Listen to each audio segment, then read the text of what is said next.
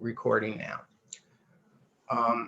So good evening to everyone. I'm Michael Fisher from the Civil Rights Study Group at Congregation B'nai Shalom. Hopefully you can all hear me. Just to kind of set up what we're going to be talking about tonight, this summer, many of us were horrified by the police killing of George Floyd and others. Once again, making us aware that we do not all have the same experience of law enforcement here in the United States. Many of us are grappling with profound and disturbing questions about racial justice in our country. Tonight, we, the Civil Rights Study Group of Congregation B'nai Shalom, welcome you all to be part of this process as we zero in on the racial dimensions of our criminal justice systems. In partnership with the Interfaith Movement for Human Integrity, we'll take a look at the racialization of criminal justice, and we'll all explore how our various faith traditions can inform this discussion.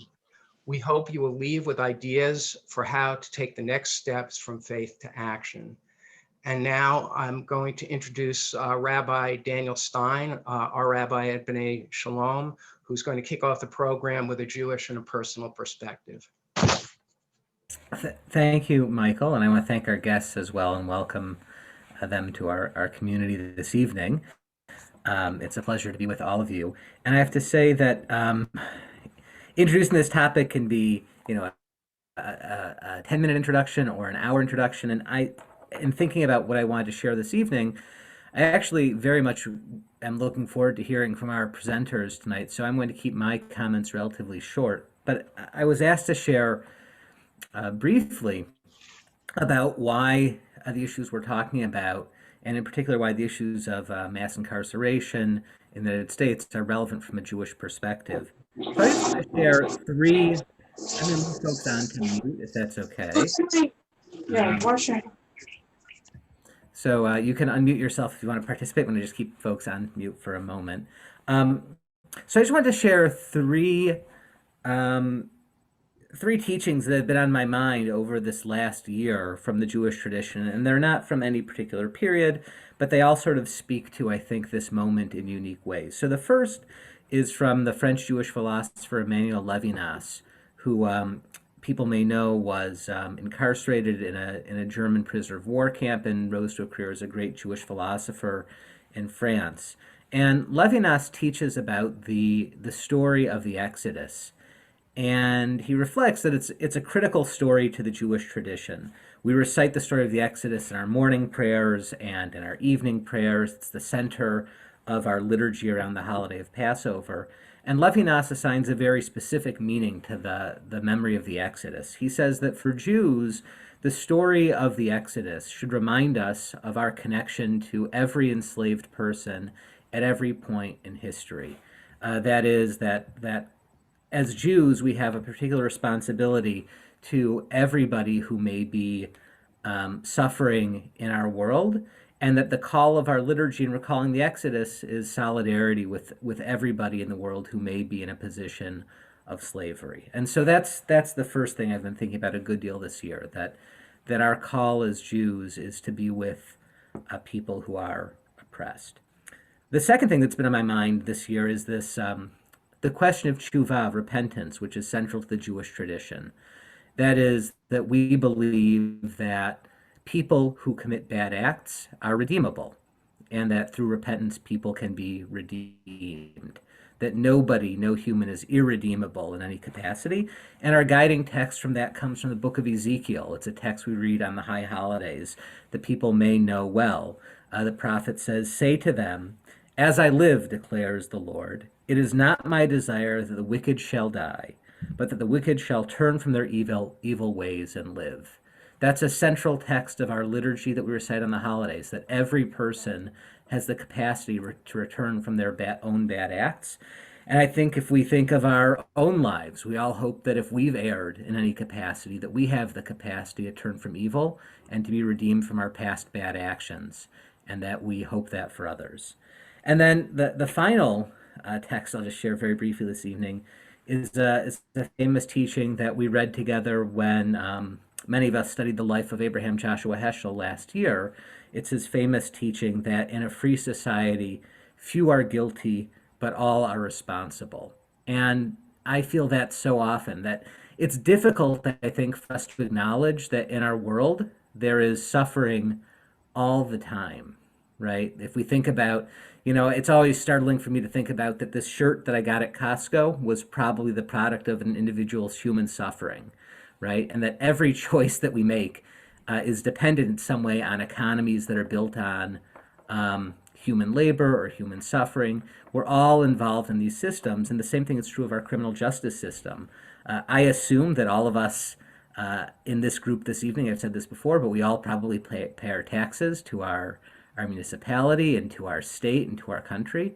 And as a result, we are participants in a system that causes a measure of injustice to people. And we're responsible for that. I think that's a difficult thing for us to acknowledge, but I think it's a central piece of our tradition as well. So for those reasons, I'm so grateful to the Civil Rights Study Group for organizing this conversation and for helping to raise up these issues for our community. With that, I'm going to turn the program back over to Michael, who's going to be introducing our guests tonight. But I just, again, want to really thank all of you for making time this evening for being here and for joining us for this really important conversation. Thank you, Rabbi Stein. And as we go through the speakers, I just wanted to remind folks that you can use the chat function to post questions if you have them or comments as we go along the way. There will be at least a brief period later in the program where we'll have an opportunity to read through some of those and to get some reflections and possibly to open up the microphones to folks who want to ask questions from the floor. So with that, I'm going to move now to introduce our first speaker, Reverend Deborah Lee, who's the Executive Director of the Interfaith Movement for Human Integrity. And the Interfaith Movement for Human Integrity is a statewide California organization that connects clergy and people of faith to the work of social justice. And Reverend Lee and I have known each other for quite a while, and I always enjoy hearing what she has to say. And I'm looking forward to her remarks this evening, and she'll introduce the other members of her team that will be speaking to us tonight.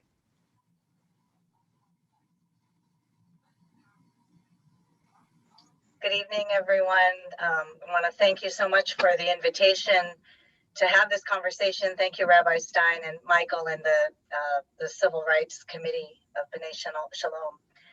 We're going to share with you a few slides and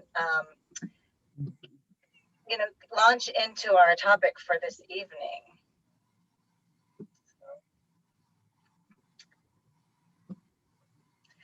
So just by way of background, I'd love to share a little bit about the Interfaith Movement for Human Integrity. We are a statewide organization that does work locally. We have staff in these 3 different areas, which are really fascinating areas and very interesting areas of moving a lot of important changes in our state. And also working collectively, bringing the faith communities together around the state to impact policies at the state level. So on the right, you'll see a couple points that are our assumptions that we work under as we bring people of faith together. The sacredness of every person, which I know that we're talking about race this evening. So we've been working as a country to work towards equal treatment regardless of skin color. And so some of the work that we're focusing on tonight and in our work is really around how the issue of immigration status and also the issue of people's past or their worst mistakes sometimes also are causes of ongoing discrimination. We're part of larger social movements and really bringing the faith communities together on 2 of the key civil rights issues we see facing our nation today, our world in many ways, both the immigration and the carceral systems, which are part of a larger pattern of structural racism and criminalization in our society. And lastly, we really believe that there's power in interfaith organizing, that there's power in people of different faith communities across faith communities coming together to address the issues of racial injustice, fear, and isolation, and really bringing together, being able to help create healing and hope in our society. I've had the pleasure of working with some of you on this call, so it's nice to see your faces. One of the key things that we are looking at and focusing on as a network, as a statewide network, is this issue of criminalization. And I have a definition here of criminalization here: the process of turning an activity or a person into a criminal offense, making the activity or the person illegal, and then treating them as such. So I'm curious to think of all of you in terms of in the Jewish community, how you connect to the concept of criminalization. How you, if you have had ancestors who have directly experienced that process of criminalization, an ancestor who was criminalized, considered illegal, targeted, made into a criminal offense. Just invite you to reflect on, what were the systemic ways that happened? And what were the things that supported that to be able to happen? I want to ask us to bring us up to the present times and think about who is being criminalized today. And I want to start with just asking you, just by show of hands, how many of you know somebody who has been incarcerated? Could you just raise your hand? Do you know anybody who is incarcerated or has been incarcerated? I see a couple hands there. How many of you know more than 5 people? Anybody know more than 5 people? Just okay, a fewer. How many of you know more than a dozen people who've been incarcerated? I'm going to ask Larry maybe to answer that question. Reverend Larry, Dr. Reverend Larry Foy, who's my colleague, my wonderful colleague, running our Justice Not Jails program. For me, I would say every third person I meet in my community has either been incarcerated or has a family member incarcerated or knows someone who's been incarcerated. This is even true in our congregation, which happened to be pretty much a Black middle-class congregation with professionals, mostly professionals, people with masters and bachelor's degrees. They have the same experience. On the flip side of my question is, how many of you know someone who has done some form of harm, but that was not considered illegal or not labeled a criminal? Anybody? Yeah, okay, I'm seeing some smiles actually. You might have been watching the news. I don't know. So, yes. So we also have that. So our point about this is thinking about criminalization as a social process.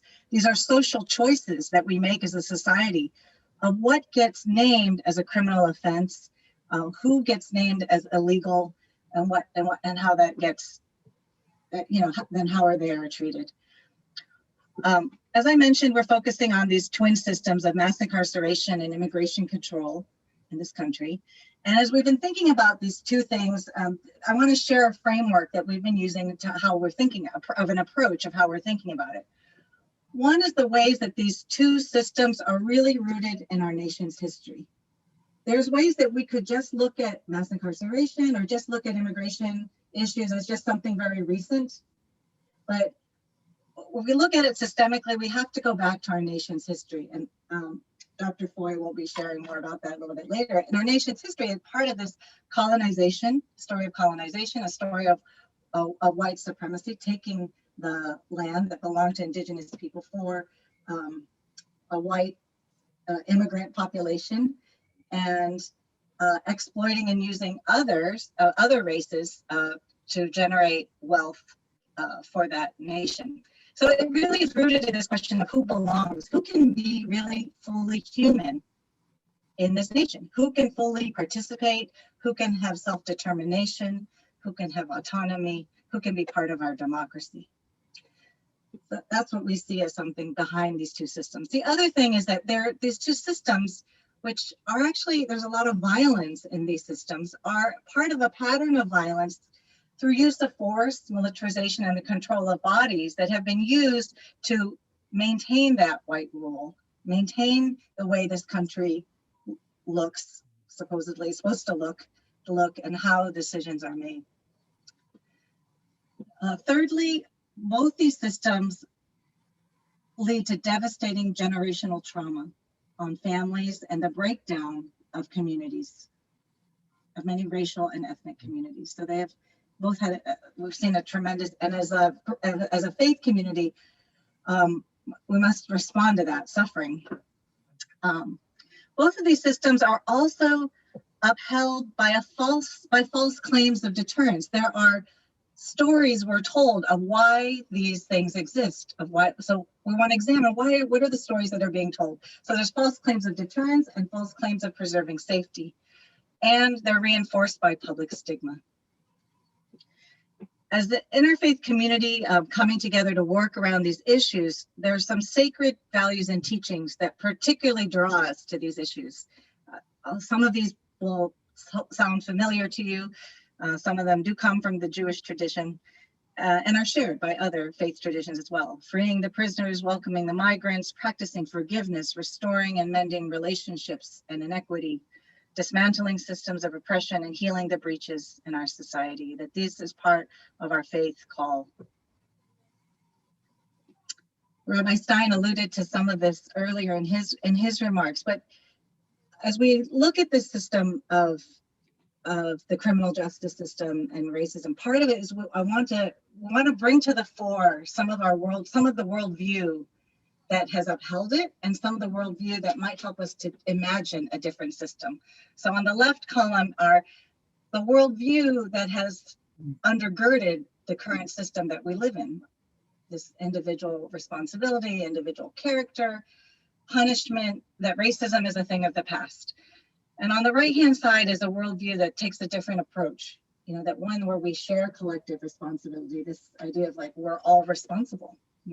Some may be guilty, but we're all responsible, that there are root causes. It's not just individual choices, but there are root causes, social causes that shape environment and choices.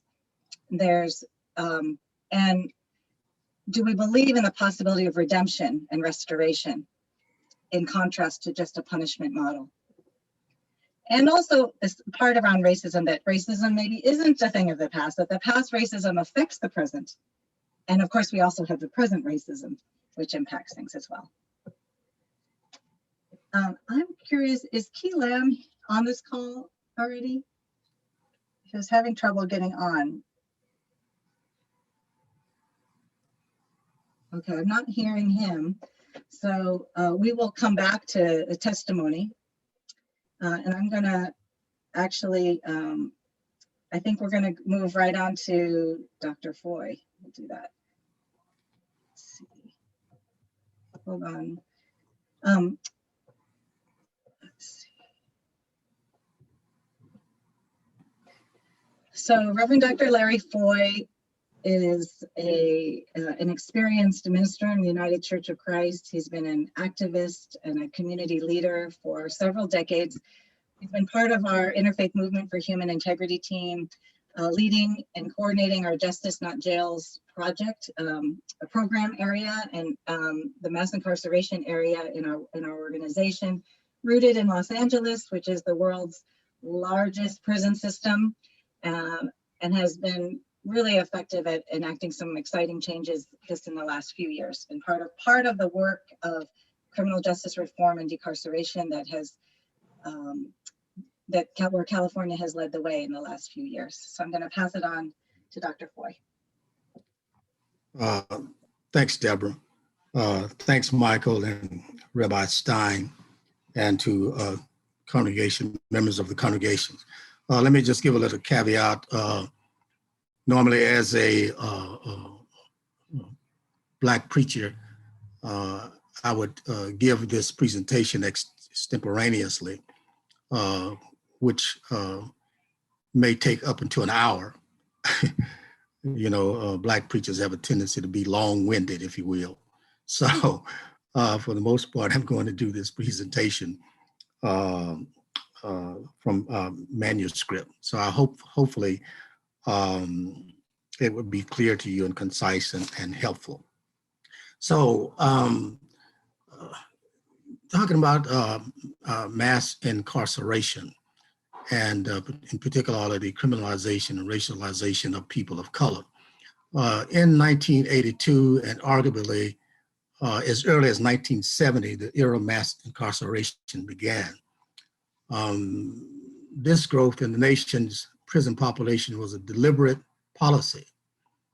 It was inflamed by campaign rhetoric that focused on an uptick in crime and orchestrated by people in power, including legislators who demanded stricter sentencing laws, state and local executives who ordered law enforcement officers to be tougher on crime, and prison administrators who were forced to house a growing population with limited resources.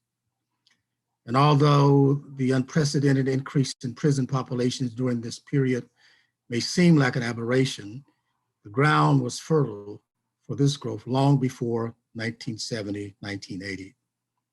Mass incarceration is an era marked by significant encroachment on the freedom of racial and ethnic minorities, most notably Black Americans or African Americans. But this inequitable treatment has its roots in the correctional eras that came before it. Each one, and this is important to note, each one building on the last and leading to the prison landscape we face today. So this presentation attempts to tie together this country's history of racism with its history of incarceration and recounts several important junctures in the history and the rise of the prison industrial complex or mass incarceration in the United States. So let's quickly look at the first era. Of course, we must talk about American slavery as a benefit and social control. American slavery endured for 240 years, as most of you know.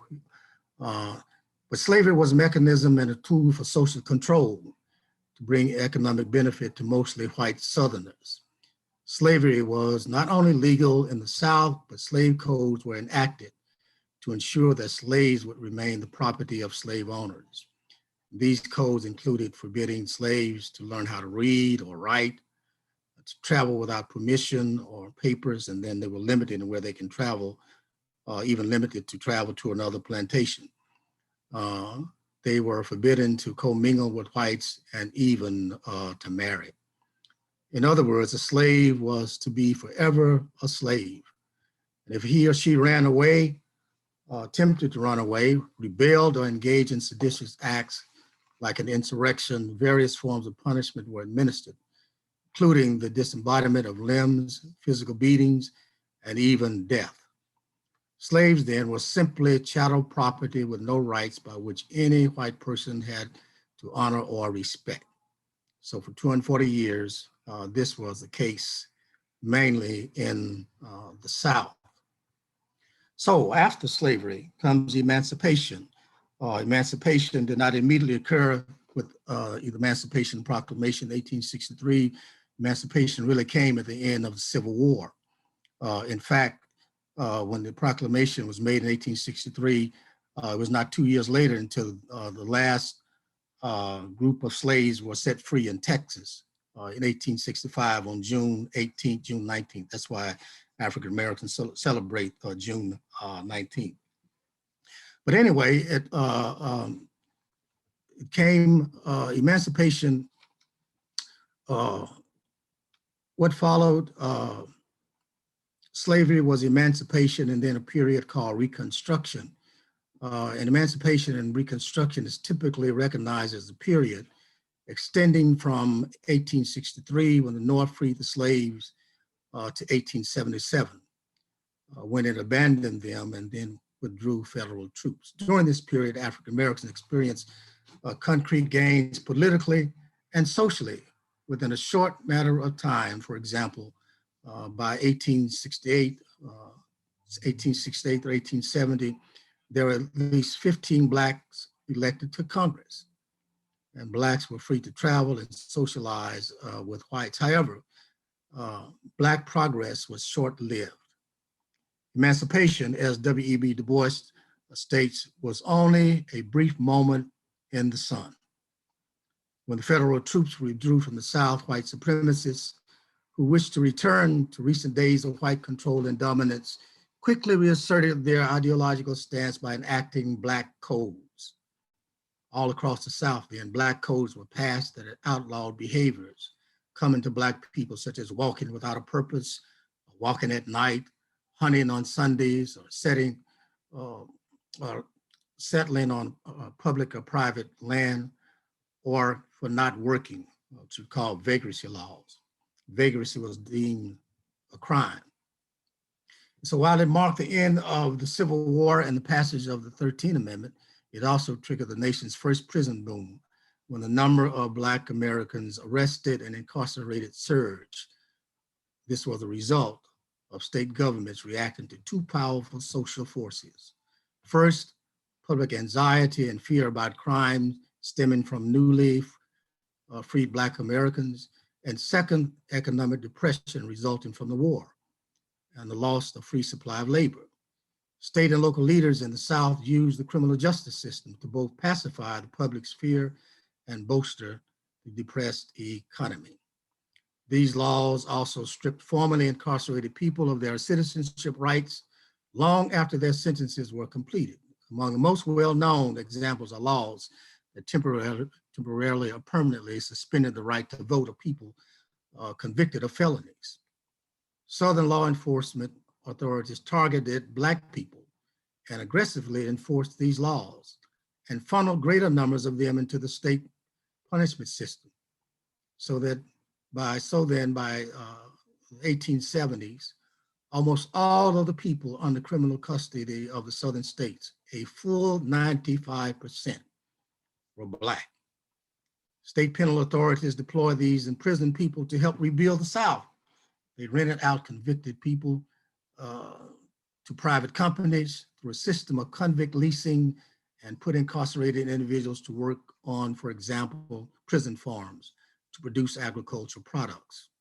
In the Reconstruction South, these were physically attractive strategies given the destruction of Southern prisons during the Civil War and the economic depression that followed. Convict leasing programs that operated through an external supervision model in which incarcerated people were supervised entirely by a private company that was paying the state for their labor, turned a state cost into a much needed profit and enabled states to take penal custody of people without the need to build prisons in which to house them. And although economic, political, and industrial changes in the United States contributed to the end of private convict leasing in practice, by 1928, other forms of slavery like labor practices emerged. State prison authorities introduced the chain gang, a brutal form of forced labor in which incarcerated people toiled on public works, such as building roads or clearing land. Chain gangs existed until the 1940s. And as with convict leasing before, those sentenced to serve on chain gangs were predominantly Black. Prison farms also continued to dominate the Southern landscape during this period. In 1928, Texas was operating 12 state prison farms, and nearly 100% of the workers on them were Black. The loophole contained within the 13th Amendment, which abolished slavery and indentured servitude except as a punishment for a crime, paved the way for Southern states to use convict leasing, prison farms, and chain gangs as a legal means to continue white control over Black people and to secure their labor at no or little cost. Very few white men and women were ever sent to work under these arrangements.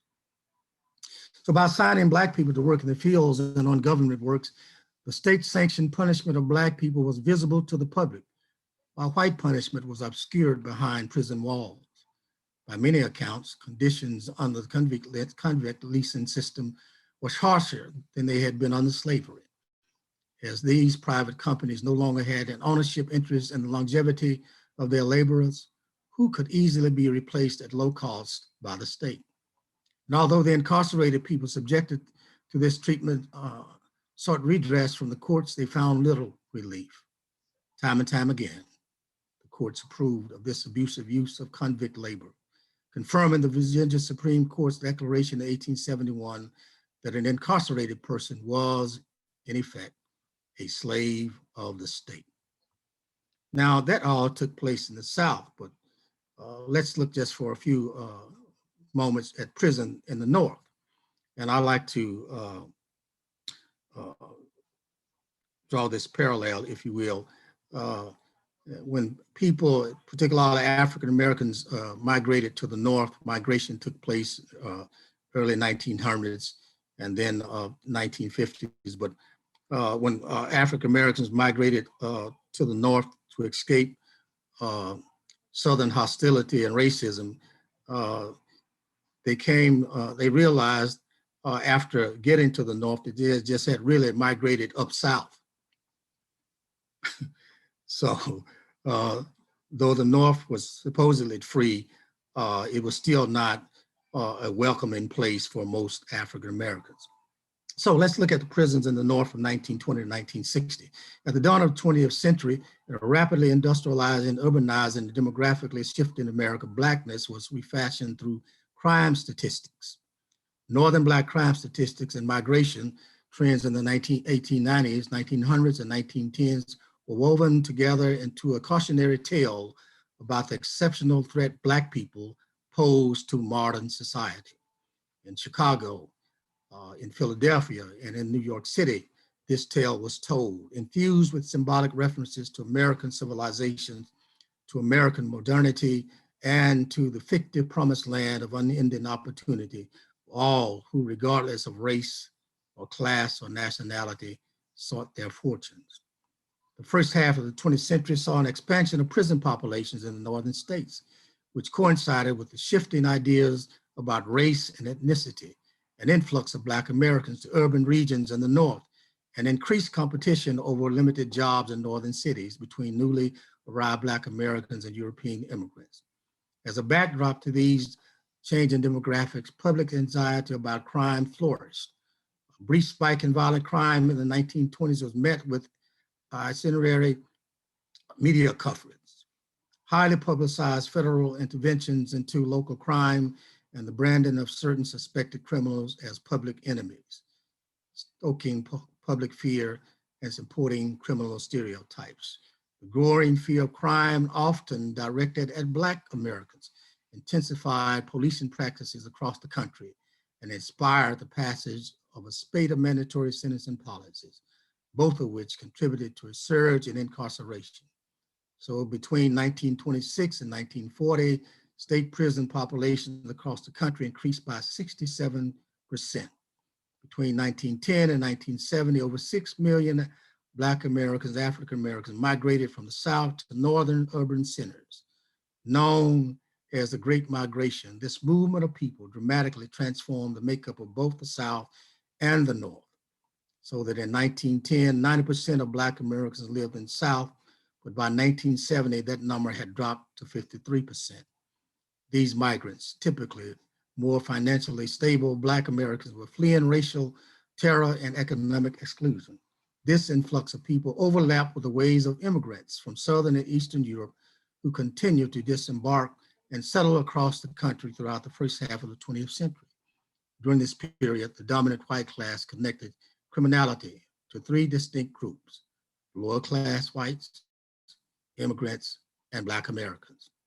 However, while white and immigrant criminality was believed by social reformers to arise from social conditions that could be ameliorated through civic institutions such as schools and prisons, Black criminality was given a different explanation. Widely popular, but since discredited, theories of racial inferiority that were supported by newly developed scientific categorization schemes took hold, combined with the popular portrayal of Black men as menacing criminals, as represented in the film The Birth of a Nation, released in 1952. A sharper distinction between white and Black Americans emerged, which also contributed to a compression of European ethnic identities, for instance, Irish, Italian, and Polish, into a larger white or Caucasian ethnic category. These beliefs also impacted the conditions that Black and white people experienced once behind bars. As in the South, putting incarcerated people to work was a central focus for most Northern prison systems. Until the 1930s, the industrial prison, a system in which incarcerated people were forced to work for private or state industry or public works, was the prevalent prison model. Gratuitous toil and pain and hardship became a primary aspect of punishment, while administrators grew increasingly concerned about profits.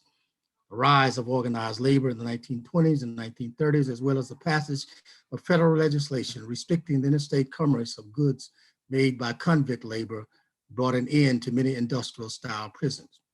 In their place, the conditions and activities that made up the incarceration experience remained similar, but with purposeless and economically valueless activities like rock breaking, replacing factory labor. By the mid-1900s, white immigrant groups were absorbed into the white racial category. The white public became increasingly concerned about the conditions they endured in prison. So starting in about 1940, a new era of prison reform emerged. Some of the rigidity of earlier prison instruction was relaxed, and some aspects of incarceration became more physically and psychologically tolerable. Under this new correctional institution model, prisons were still meant to inflict a measure of pain on those inside their walls, but the degree was marginally reduced in comparison to earlier periods. These prisons offered more recreation, visitation, and communication with the outside world through regular access to the mail, as well as sporadic movies or concerts. Most notably, this period saw the first introduction of therapeutic programming and educational and vocational training in prison settings. So, incarcerated African Americans and other racial and ethnic minorities also lived in race-segregated housing units, and their exclusion from prison social life could be glimpsed only in their invisibility. Their experiences were largely unexamined, and many early sociological studies of prisons do not include incarcerated people of color at all. The conveniences I mentioned before were basically enjoyed by whites. Now, quickly, the civil rights era, era of Black progress and what I call white backlash via tough on crime.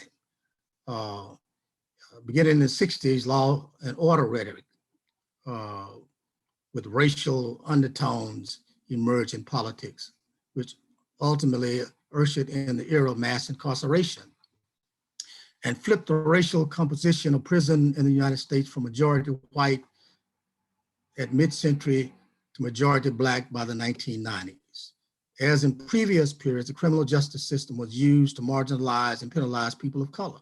In the 1960s and 1970s, as riots broke out in a number of urban centers and a wave of violent crime rolled across the United States, politicians on both sides of the aisle not only continued to link race and crime and rhetoric, they took action, enacting harsh and punitive-oriented policies as solutions to rising crime rates.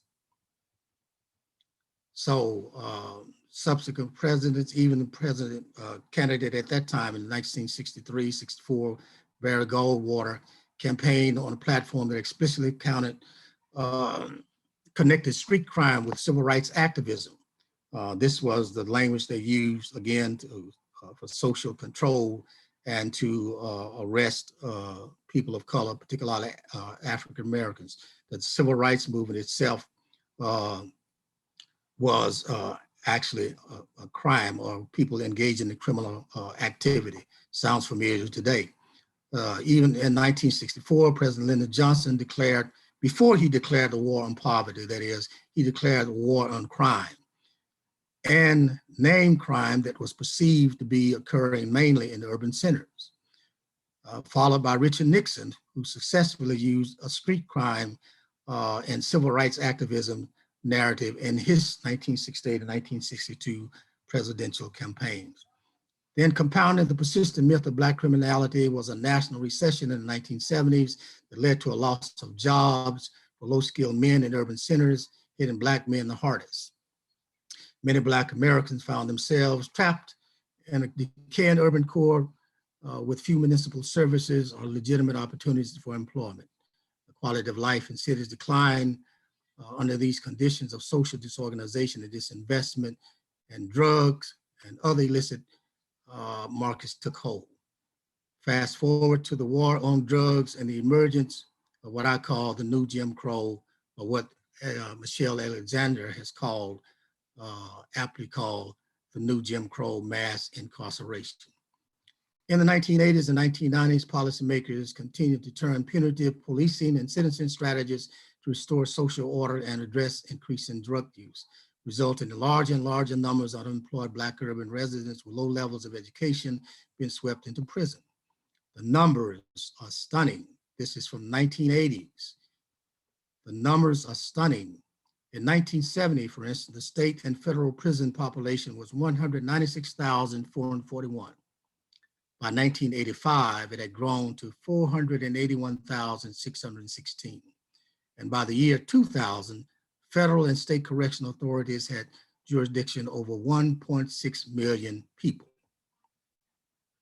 These numbers have defined the current period of mass incarceration. And this growth in incarceration disproportionately impact Black Americans, African Americans. In 2008, Black men were in prison at a rate 6.5 times higher than white men. By 2010, the prison population had reached 2.5 million, 2 million, 2.5 million. The incarceration boom fundamentally altered the transition to adulthood for several generations of African American men, and to a lesser but still significant extent, Black women and Latino men and women. By the turn of the 21st century, Black men born in the 1960s were more likely to have gone to prison than they have completed college or military service. Even today, criminologists and sociologists suggest that because of mass incarceration, and if that is not brought under control, if you see 3 Black boys in a room, 3 Black boys in a room, 1 out of 3 of them, by the time he reaches his 19th birthday, will have encountered law enforcement, and by the time he reaches 25, he will have been in jail or prison. So it was a war on drugs that led to the increase of large numbers of people being put into prison. So to sum up, mass incarceration, simply understood, is racialized social control, and its impact upon communities of color are devastating.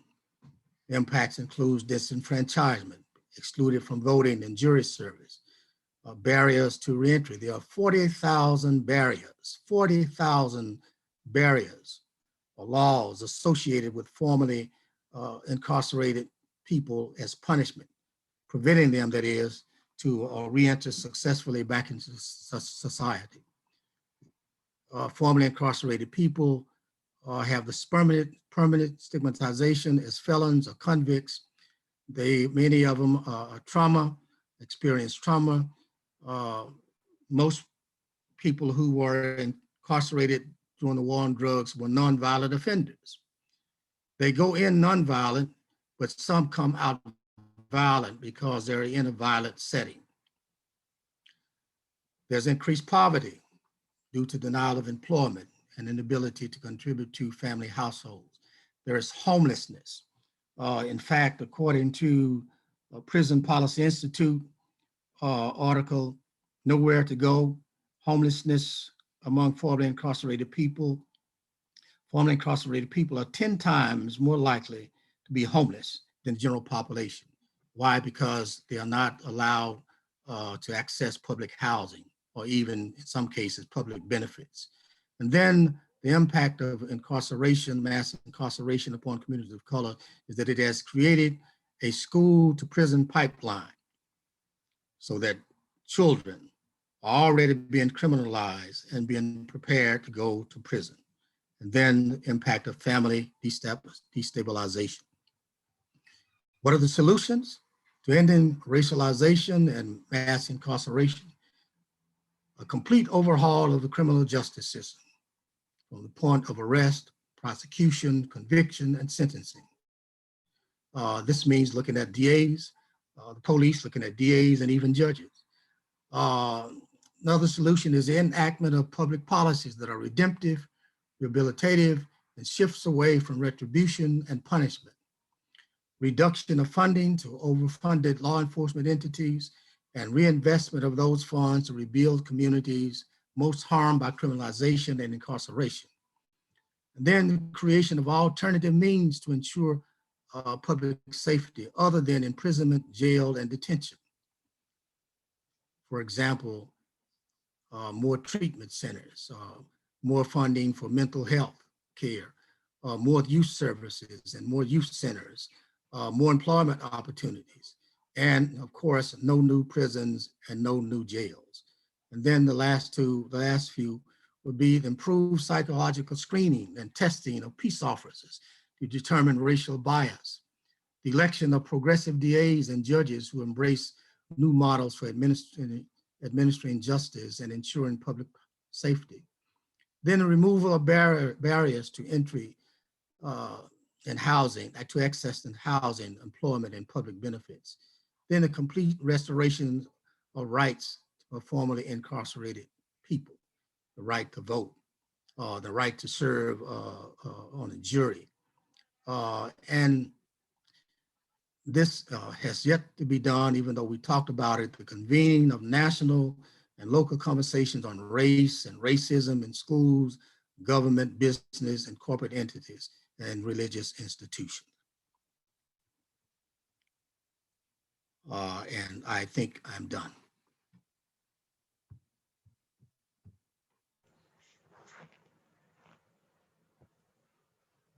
Thank you, Reverend Foy. Deb, do you want to go back to the other speaker now, or you're on mute. Thank you. I want to invite people to, can start formulating any questions that might be coming up for you after hearing that historical analysis and the impacts and some solutions and strategies going forward. So those questions can be put in the chat, and we'll come back to Q&A in a few minutes. I want to give it a chance to for you to hear from somebody who is a survivor of this system, Key Lamb, who is someone that I've had the pleasure of knowing since he's been home, actually, since he's been out of prison after a long 23-year time.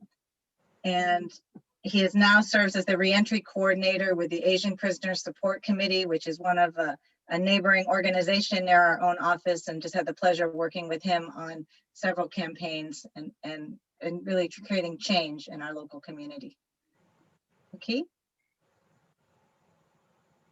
Good evening, ladies and gentlemen. That was a stunning presentation, Larry. Man, so much that you talked about really resonate with me, especially from somebody that was, on the inside. So I don't even actually know where to begin, because that was like, he touched so much on it. But one thing I wanted to highlight real quick, I wanted to share a little brief intro about my life. So my name is Key Lamb. Key is my middle name. I go by Key since I was in junior high school, because it sounds more American versus my original name, which is Nip. If some of you guys know about history, the name Nip is not spelled the way it sounds. Thank you for the Asian vowels. That's all in it. But Nip was it was like a racial slur, and so I didn't go by that because people was already prejudiced against me as a kid. So I just chose to use the word Key because it was more easy for them to comprehend and understand. Like, oh, Key, okay, cool. This must be short for Keith. But like, no, but okay, whatever. I didn't mind. So I was born in Vietnam, in the north part of Vietnam. Me and my family, we fled Vietnam when I was 2 years old, because at that time it was the fall of Saigon, the whole change of the country from liberalism to straight communism. And so our family was deemed enemy of the country because we were ethnically Chinese, and so they did not want nobody of foreign descent in their country. And so we had to flee the country, and we were stranded in South China Sea for 6 months without no food or water. We finally was rescued by some fishermen who actually told us to Hong Kong refugee camp, but in the process, we had to exchange everything we had of value, gold, jewelry, whatever. And we stayed in Hong Kong refugee camp, which was a Hong Kong detention center because it was fenced off. Not many people hear about that part. We were finally granted visas to come to the U.S. when I was 4 years old. So me, my dad, my brother, and my mom came to the U.S. I remember oftentimes when all the places that we did live in was low income, poor, mostly where a lot of African American lived. That was our introduction to the American culture. So for me, I was like, this is what America looks like, right? Graffiti, violence, racism, like oppression, like this is what I thought America was. I hardly saw anybody that looked like me. Everybody looked like Larry. And I'm like, okay, this is what America is. And I remember that at the young age, I think I was like in nursery school where I experienced my first racism. I remember I had a toy, and the nun told me that to give it to some other kid, which was a young white kid, and I like no, and so me and the kid tug of war, and I didn't let go. We end up breaking the doll, and I end up getting beat with a wooden stick, and I told my mom, and she took me out of that school. And then so we moved, and we finally settled in San Francisco, where I grew up. And I remember my mom and dad separated when I was about 6 years old. Hard time of understanding the culture. My mom didn't speak the language. I didn't speak the language. And I remember when I got placed in public school. I think it was second grade. It was hard. It was hard going to school because I couldn't speak the language, and my teacher labeled me as being disturbing. Because I remember this a few times when I asked another student who was also Chinese who spoke the language. I was like, "What are they saying?" And instead of the teacher saying, "What's going on?" the teacher automatically just disciplined me. Made me put my hand on the table and took a wooden ruler out and just smacked my hand. And then put a desk outside the classroom and put me outside and say, wait for your ESL teacher. And that happened for a whole year. And so I stopped trusting, my teachers, people that I thought was supposed to teach me. So, and it was hard. It was hard understanding why I was being disciplined for something I didn't do wrong. I remember grew up at the age around 8 or 9. I was confronted by all my bullies, who was all African American. They told me you had a choice: either you fight one of us or you fight all of us. And I chose the most simple, logic is I'll fight one of you. I remember we ended up fighting, and then at the end, I'll stand on top of this other kid. Don't even remember the whole fight, just off survival mode. And all his friends approached me, and I was, ready to ball up, ready to be attacked. And instead of being attacked, they actually congratulated me. They're like, great job in kicking his butt. I'm like, what? Like, I'm confused. Like, what is that about? But at that moment, like everything, all the stuff that I absorbed, like a lot of times, like we absorb information unconsciously, and all the stuff that I absorbed unconsciously became conscious. Like violence was in that neighborhood was the norm. Everywhere I seen was violence. All over the wall was violence. The way people talk to each other was violence. The way people treat each other was violence. And as a young kid, I'm like, man, this is how you're supposed to behave. You use violence to solve your problem, no matter what. And if you don't use violence, and if you show any emotion, you'll be considered a victim or be victimized or considered less than. And then I remember when I was 15 years old, my family and my parents decided we're going to move from San Francisco to Richmond, California. And I've never been around other, Asians except for my own family. And so I went to Richmond, I saw like all these people that looked like me, but not only did they look like me, they had the same story I did, the same migration story of coming to America, dealing with culture clash, dealing with racism, dealing with being bullied because they were different. And then that was my introduction to the gang lifestyle. I didn't know nothing about gangs, but I didn't even know that they were gang members. I just hung out with them. Next, just by me hanging out, other people saw me as one of them, which I didn't even know. And so, growing up being bullied, I didn't want to be bullied again. So I was like, I hang out with you guys. I want to associate with you guys. And finally, at the age of 16, I got jumped into the gang. Fast forward at the age of 17, I did everything I could to show that I was, loyal, that, that I was the one that they can depend on. Because at that time, my family and we had fallen apart. My mom, our communication was not there. I blame everything on my parents. All my hardship that I've been through, all my bullying, everything I've done, I blame it on them. Because every time I told them that there was a problem, they told me just suck it up, man up. And for me, I'm like, okay, so I built this wall around me, this big giant castle. Say, I'm not gonna share nothing with nobody. I fell in a life of depression, suicidal thoughts, suicidal tendencies, and the gang was my outlet. There's this saying that I learned, it's called hurt people hurt people. I thought by me hurting other people that it will let this pain out, that this pain will go away. It didn't. I tried drinking, that didn't go away. I tried smoking, that didn't go away. I used drugs, that didn't go away. Every time, it all came back. It's like I was just numbing myself, to the point of when I was 17, I committed a horrible crime where I got in a gang-related fight, and I ended up taking another person's life.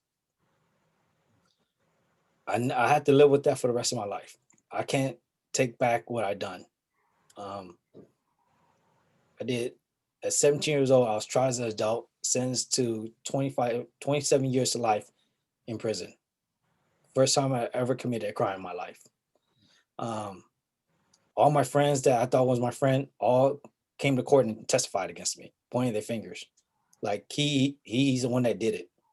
Even though they were there at the scene, they all say, yeah, he did it. That was hard because I had replaced my family with them, and for them to turn their backs on me, that was devastating. So, so when my suicidal tendencies and thoughts, it was already bad already before I got incarcerated, but it got worse. I tried to overdose on medication when I was inside, tried slicing my wrist. But then I don't know what happened. It's like, you could say it's by the mercy of God.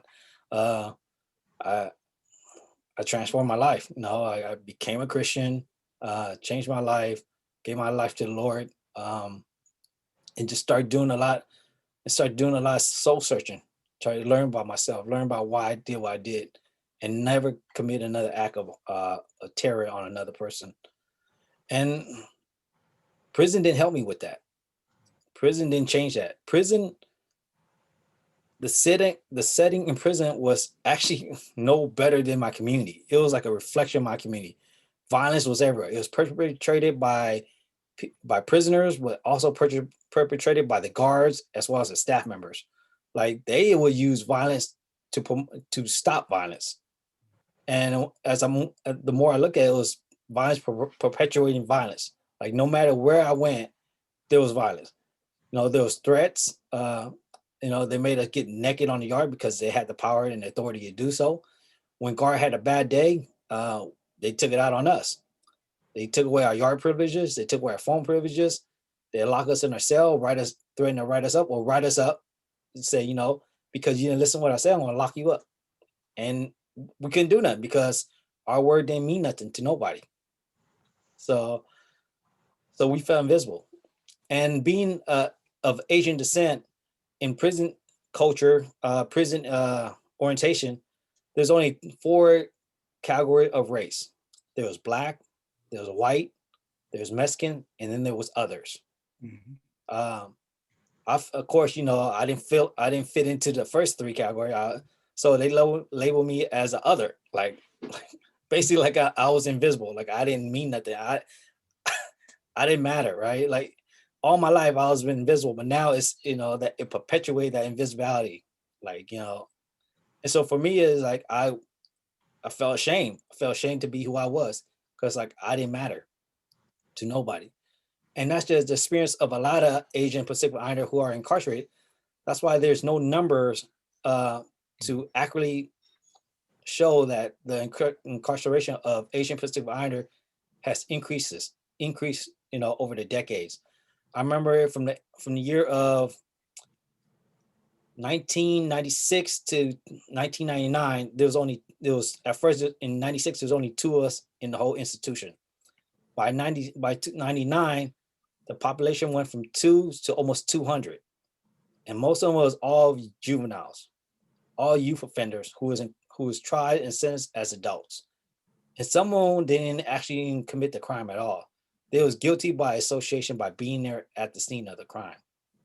And some of them was sentenced to way outlandish sentences, 100 years to life, 50 years to life. Like, who can do that kind of sentence? So you just have to do the number first and then try to meet the life sentence afterward. That's just like, it's like, even though with the possible parole, it's like, I'm never getting out, all right? And then to deal with the healthcare that's in prison was another issue. Like, people was dying all around us. And the guards like had no sympathy. If anything, they would just lock us down. If somebody died, we was locked down and put under investigation. Like, who did it, right? And it will go back to what Larry's talking about. It was about the prison industrial complex. How they just made money off our back and they didn't care if we died because there was more people coming in all the time. So it was like a revolving door. Like, one dies, like, who cares? We got 5 or 10 to replace that person. And the money was crazy. I used to work for lieutenants and captains and chief officer, and I oversee a lot of the money in some of the workplace I've seen. And the way they spend the money was crazy. Like, it was like frivolous spending, like wasteful money that could have went back to our community, money that could, provide for education in our schools. So I just did a reading where it's a sentence, from 2000 to 2001, the budget for CDCR is over $13.4 billion. Like, that money could go back to our schools, to our highways, everything in our community. And the sad thing is our taxpayers are paying for this, right? Hardworking people in our community is paying for this, to incarcerate people for the sake of making money, right? Like, each person that incarcerate $75,000 so we could like spend that money way better than putting somebody in prison. Like I remember every day when I used to work in the kitchen, they, those big giant green metal garbage cans, they would fill like 10 of those up with food that they cook and won't provide for the people that's inside. They give them a small tray and that was it. And then whatever is left over, they just toss it away, just throw it away. Millions of dollars of food just tossed into the garbage every day. And no one says anything because there's a green wall that no one talks about. Because if you talk about it, you'd be ostracized and you'd be punished. And for us to say anything, nobody ever believes us because you're just a prisoner. You're just a number. We don't even have a name. We go by our number. I still remember my number to this day, J52482. Like, I never forget that. I was like imprinted into, it was like tattooed into my brain, into my soul, because that's who I was. And I don't think even when I'm old, I never forget that. Like, Larry talks so much about like policy changes, like what we could do to change our community. and in 23 years of my life, like all my rest of my teens, my 20s, my 30s was all wasted away inside prison. No education. And the only reason I was able to become the person I am because it was a blessing to be able to go to San Quentin, where there's no other institution like San Quentin State Prison, where there is hundreds of volunteers, thousands of volunteers that goes in every year, pre-COVID. And it was people helping people giving back, people showing that, yeah, you made some bad choices in your life, but you know what? We see that you're redeemable. And so they took it upon themselves and say, we're going to try to help people. And because of their, their grace and their vulnerability and their support and love, I was able to come home. I was able to show that I was not a threat to public safety no more. I was able to show my victim's mother and father, who I traumatized, who I hurt, to show them that I was not the same 17-year-old kid that committed that crime.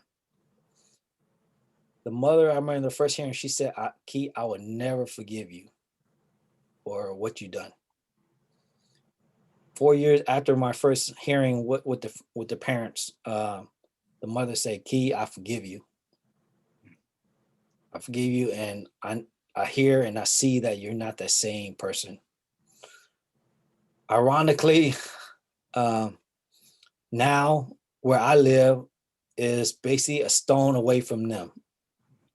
We live like basically a couple of miles from each other. The transformation that rehabilitation can happen is real if the institution opened that door for people to change. And it was nothing that was done by CDCR, California Department of Correction. It was done by people like yourself that came in and said, you know what? We see that there's people in there, not just prisoners, not just convicts, but people who are locked inside, and that one day that they're going to come home. But how do we want them to come home? Do we want them to come back the way they came in, or come back worse? Because prison is a hub for all that is worse in our society. And so to give people hope, that is a miracle. People can change their life if given a chance. Thank you so much, Key. What a gift. I'm like in tears. What a gift you've given us. What a Thank gift. you for allowing me to share, Deborah. Thank you. Thank you for being willing to share so much vulnerability and honesty and our shared humanity that we have. I want to just give Larry a chance to respond. If there's anything Larry wants to say, then maybe we could take some questions from all of you. I just want to say thank Keith for his testimony and for his sharing his story. I've mentioned earlier before we got started that I know people, every third person I meet, I know they have been directly impacted, or they know someone who has been directly impacted. I have a brother who has been incarcerated for 40 years in Angola State Prison in the state of Louisiana. And so that's my experience, that's my pain that I live with and my family lives with. And, we are not trying to retry his case or anything of that nature. But it just seems to me that it's inhumane to keep someone locked up who, since he's been locked up for 40 years, has not had one incident during his incarceration, and who has spent most of his time serving others in that environment. And yet he is basically and probably will die in prison and be buried on prison ground.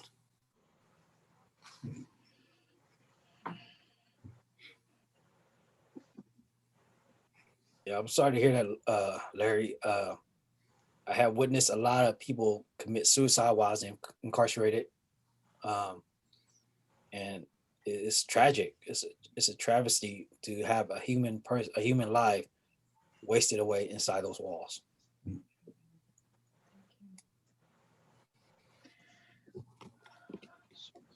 I think there's a couple questions.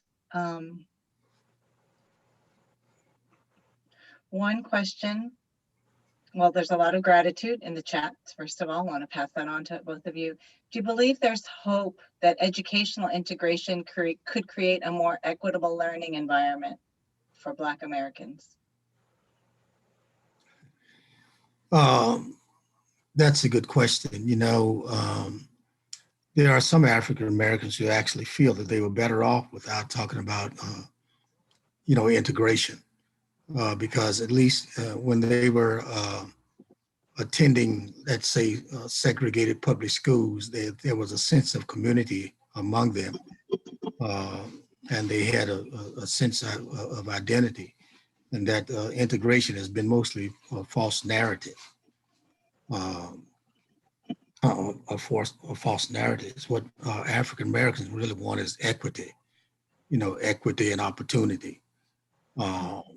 They already know that they're just equal to other people. Their humanity, they say, share the same humanity as others do. What they're looking for is equity. Equity, and to be treated with respect and with human dignity.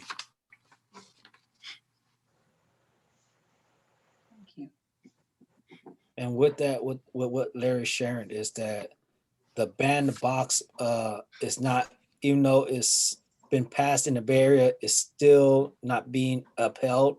So anyone that has a felony is difficult for them to move on with their life, because, you know, felony transfer, it's not just in California, but it's all over our country.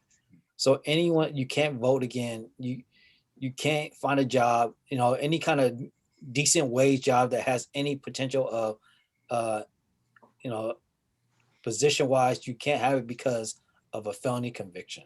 And that don't even have to be a violent felony. It could be any felony. And so that's something that, you know, our country need to look at even more. Yeah, when he mentions felony disenfranchisement, there are currently 5.2 million people nationwide who actually disenfranchised, cannot vote. And that number, it was down from 2016, where there was more than 6 million. In the state of Florida alone, there are over 900,000 people who have been disenfranchised, most of whom are people of color. And as you well know, if you follow the political process, that some political campaigns and outcomes would have been different, you know, if those folk would have had an opportunity to vote. There's a couple questions about actions. By the way, I am going to post, there is a little video of Key, which I discovered last night. I'm going to post the link in the chat for you. Just a Key at home in this kitchen. Beautiful little video. You all asked a little bit about ways to be involved. There are a couple of invitations that I wanted to make, and then we could have more discussion about this, kind of go back to the list of solutions that Dr. Foy was talking about. But we are engaged in a few current campaigns because we believe that the faith voice is so critically important on this moral issue. There are a lot of formerly incarcerated people who are very active, who've come home like he, who are active in campaigns. Their family members are active in campaigns, and they need more community support. We really need to share. This is a part of our public responsibility, the taxes that we pay to really have a different solution that doesn't perpetuate more violence, more harm, and really rob people of so many years of their lives and not produce healing that we need. So there's a couple of things we'd like to invite you to do, because we're really bringing the faith communities together around this. Right now, during the pandemic, there is a public health crisis happening in, you know, inside every single California prison right now. And we are engaging this spring in revamping again. We were active last year around the San Quentin releases, but we really want to revamp our faith advocacy for more humanitarian releases for those who are currently incarcerated at risk in prisons during this pandemic, to give them a chance to have commutation and clemency to get out. There are no visitors going in, there are no programs going on, and so the morale, the mental health and morale inside, the rise in suicides inside is going up. And we really feel that the faith community can be an important moral voice along with family members and those who have experienced incarceration. So we'd love for this congregation to be involved. We'll be planning some advocacy and activity actions, finding safe ways to do it during COVID, of course, but we do need more people involved in that work. We're part of a campaign, a statewide campaign to end life without parole sentencing, which is the second, another form of the death penalty, actually, and inviting congregations to hear stories of those who have a life without parole sentence, who are trying to seek commutation clemency, who've changed their lives. So being involved with us around that would be very valuable. We're involved in ending the California prisons collaboration with ICE. That was a whole other part of Key's story that you didn't get to hear about, but California prisons currently turn people over to ICE upon completion of their sentences, which happened to Key, and he's now also facing deportation. So that's a piece that we want to change. California as a sanctuary state, we feel shouldn't be collaborating, especially people who are about to have their second chance and finally earned parole, which is a very difficult thing to do. They should be able to come home to their families and begin their process of reentry. And we're inviting faith communities to engage in some real conversations around reimagining public safety in this country. Reimagining police budgets. Do we know what our police budget is? What could that money be used for? How could public safety be addressed in different ways? How could we have solutions that address, you know, some of the things that Key shared that he was going through in his life that prisons didn't address? It didn't address any of that. How could we be addressing that with kind of services before people even end up in prison? That they're having mental health services, counseling, support, youth programs, jobs, you know, all that kind of work before they even get to prison. We'll have less, you know, that deal with it head on. And then of course on the way out as well, you know, that they have a ways, people have ways to come back in. So those are some of the ways that we're looking at approaching this and engaging faith communities. Deborah, I just wanted to add to that. There's also work at the more local level. I know a lot of the things you're talking about here are statewide campaigns, but there are things, conversations going on within Contra Costa County, with our sheriff's department, with our probation, our probation department that also handles our juvenile detention system, about changes that could be made, and also how reentry funds that were made available from the state are being used in our county. So there are, if people are interested in hearing more about that and getting involved with that and want to contact me, I can put you in touch with folks that are working on those local issues as well. The local level is where it's at. You don't need a lot of people to impact change at this, you know, at that local level. So being involved in those ways is really important. May I say something, please? Go ahead. Yeah. So the Interfaith Council, the Contra Costa County Interfaith Council has a Reverend Julius Van Hook. Are you familiar with him, Deborah? And he's Julius, yes. And I'm happy to put anyone in touch with him and the Interfaith Council because I represent Congregation B'nai Shalom on that council. So, and thanks, Michael. And thank you so much. Right. There's a question here we want to lift up. Can you speak to the role of religious belief and religion in helping people overcome and heal and restore themselves into productive, healthy members of society? Larry and Key, you have some thoughts on that? Yeah, well, religious communities can be welcoming and should and ought to be welcoming communities. One of the things that we are doing with here in Los Angeles is that we have congregations that we call Beyond Bars. And Beyond Bars congregations are welcoming communities for formerly incarcerated persons, and where they made to feel safe and feel welcome, but then also try to help navigate them to resources that's going to help them re-enter safely back into society. Best thing we can do at person's faith is to affirm their human dignity. And that goes beyond just going into prison and conducting what you would say Bible studies, or typically what a lot of faith communities do is conduct Bible studies, and that's all good. But we must be about their freedom and their liberation and redemption. I think Rabbi Stein talked about that earlier, about the redeemable part of human beings. And I think as faith communities, we need to begin to shift the narrative and to talk from the moral center in our faith about people are redeemable and not just throw them away. From my perspective, the faith community has a major impact on people coming home, even while people are incarcerated.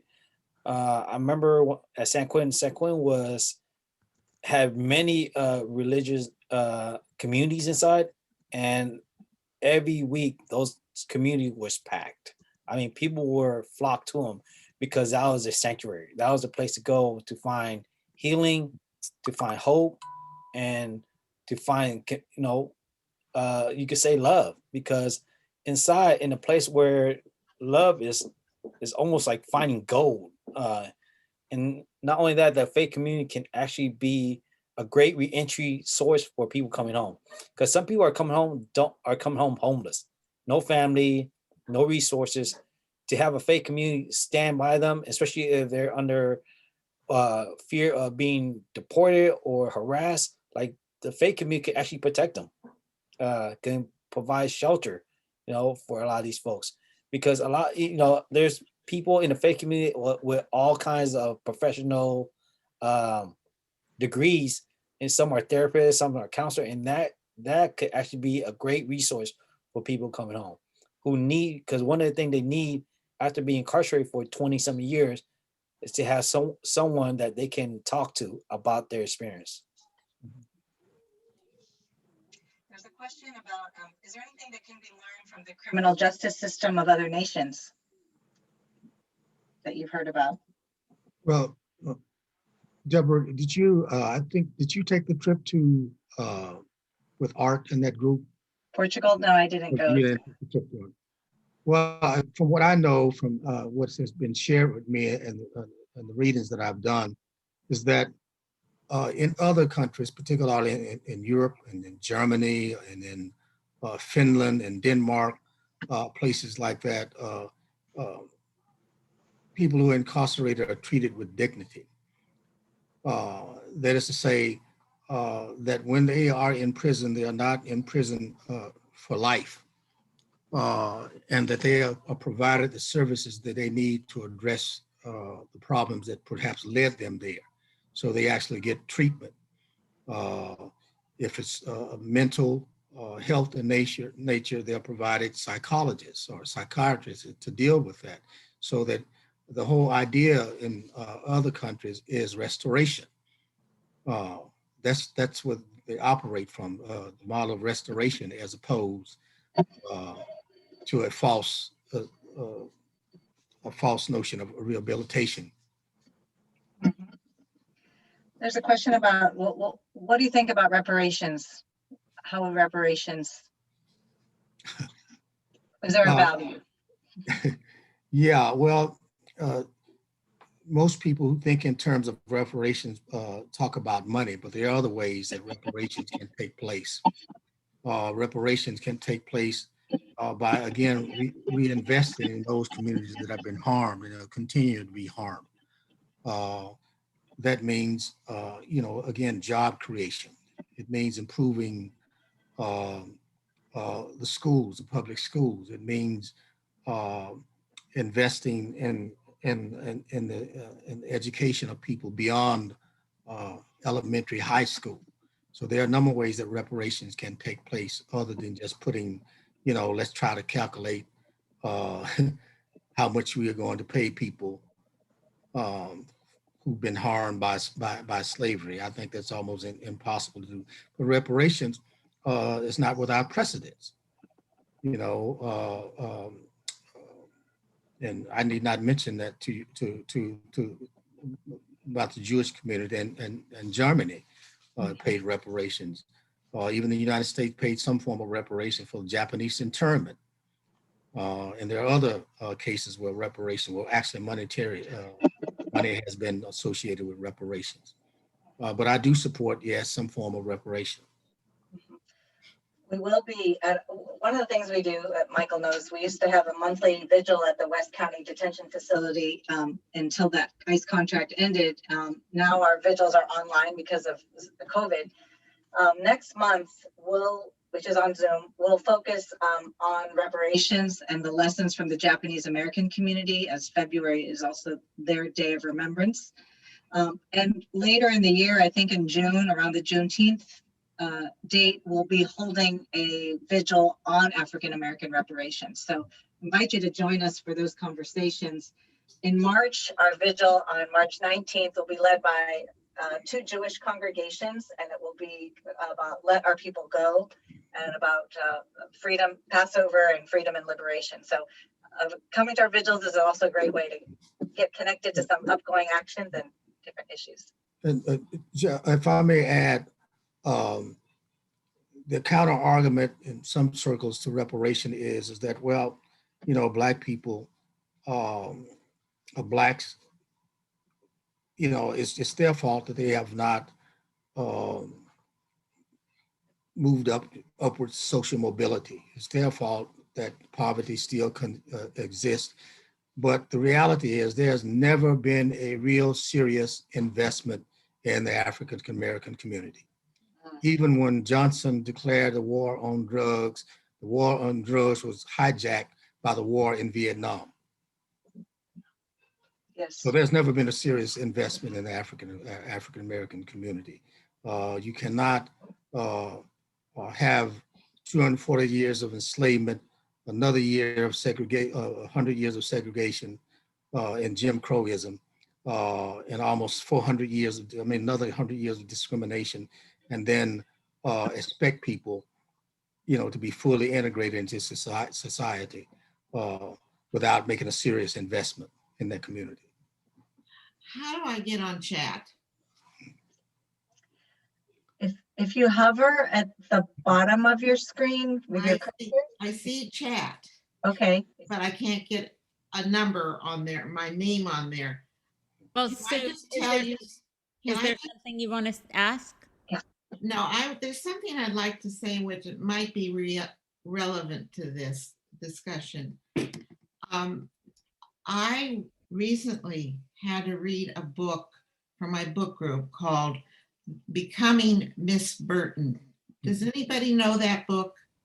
And it was more geared towards the women who were coming out of prison, where they had no place to go, they had no money really.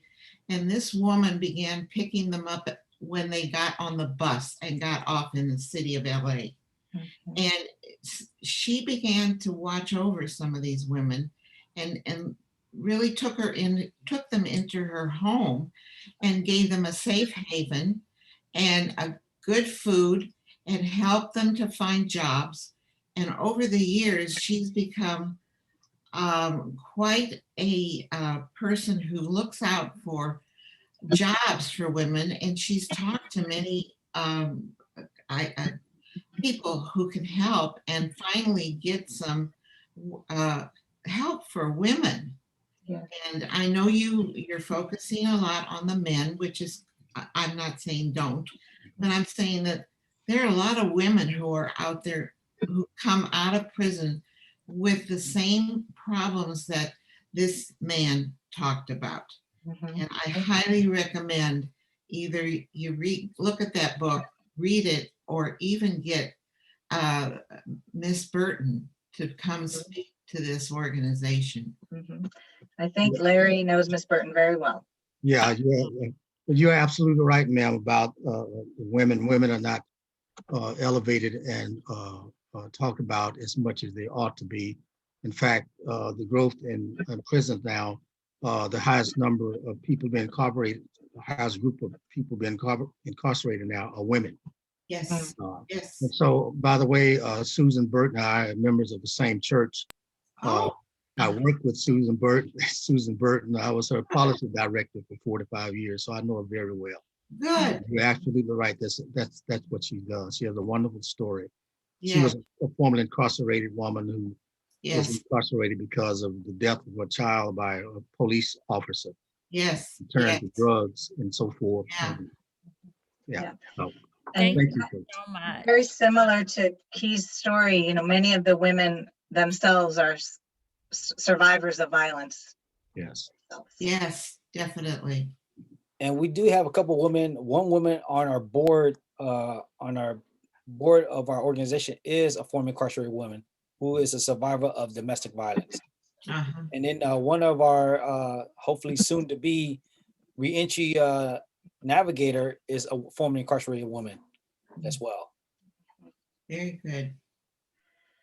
Good. Great. There's a question from Deb. If we could end in a prayer. Before we do, I wanted to thank you all for coming and speaking. This was amazing. And I hope we can get together again, maybe with Miss Burton. And I just really quickly wanted to plug that we're gonna the racial equity. The civil rights study group is going to be having a book group, and the first book we're going to read is Just Mercy. And we'll be meeting 3 times to discuss the book with Rabbi Freeman. I'm sorry, I just went blank for a second. And if anyone's interested, they can email me about it. My name is Susan Rader, or email the synagogue and they'll refer you to me. And again, thank you so much. And Rabbi and Deb, I'll turn it over to you to end. Sure. So I just want to just say very quickly, I want to express gratitude again, first of all, to our civil rights study group for bringing us together this evening, and for everyone who brought up foundationally important stories to our community, and I think has inspired us to further action. I'll say that at least for me, spontaneous prayer is not part of my faith practice, but I know it's part of other people's faith practices. So perhaps one of our guests this evening would help us close out with prayer, and we'd certainly welcome that. Rabbi, I'm gonna have to make you a good Baptist. There is actually a Jewish prayer that is said every day. Link, yeah. Yes, Baruch atah Adonai, Matir Asurim. May the Holy One, blessed be, release all captives, free all prisoners, release the detained, end incarceration, restore a vision of equity and abolition, and may all who need healing receive healing. Amen. Thank you. Amen. Thank you. Thank you. Thank you, Rabbi Lynn, who's a chair of our board. Thank you for being here tonight and spontaneously praying. Thank you. And maybe let's turn the last word over to Michael to close us out this evening as our convener. Okay, well, I will not keep you very long. Again, I also want to echo what everybody else has said, how moving the testimony we heard tonight, and all the things that you've left us with that we can that we can act on. And I think that's important. There's a lot to think about, but there's also a lot to do. And I'm really looking forward to continuing this discussion with all of you and continuing to work together in an interfaith way like we did tonight. And also very happy that we had many guests from outside our congregation and hope we will work with you as well. So thank you, everybody, and we'll end there. Thank you. Thank you. Thank you.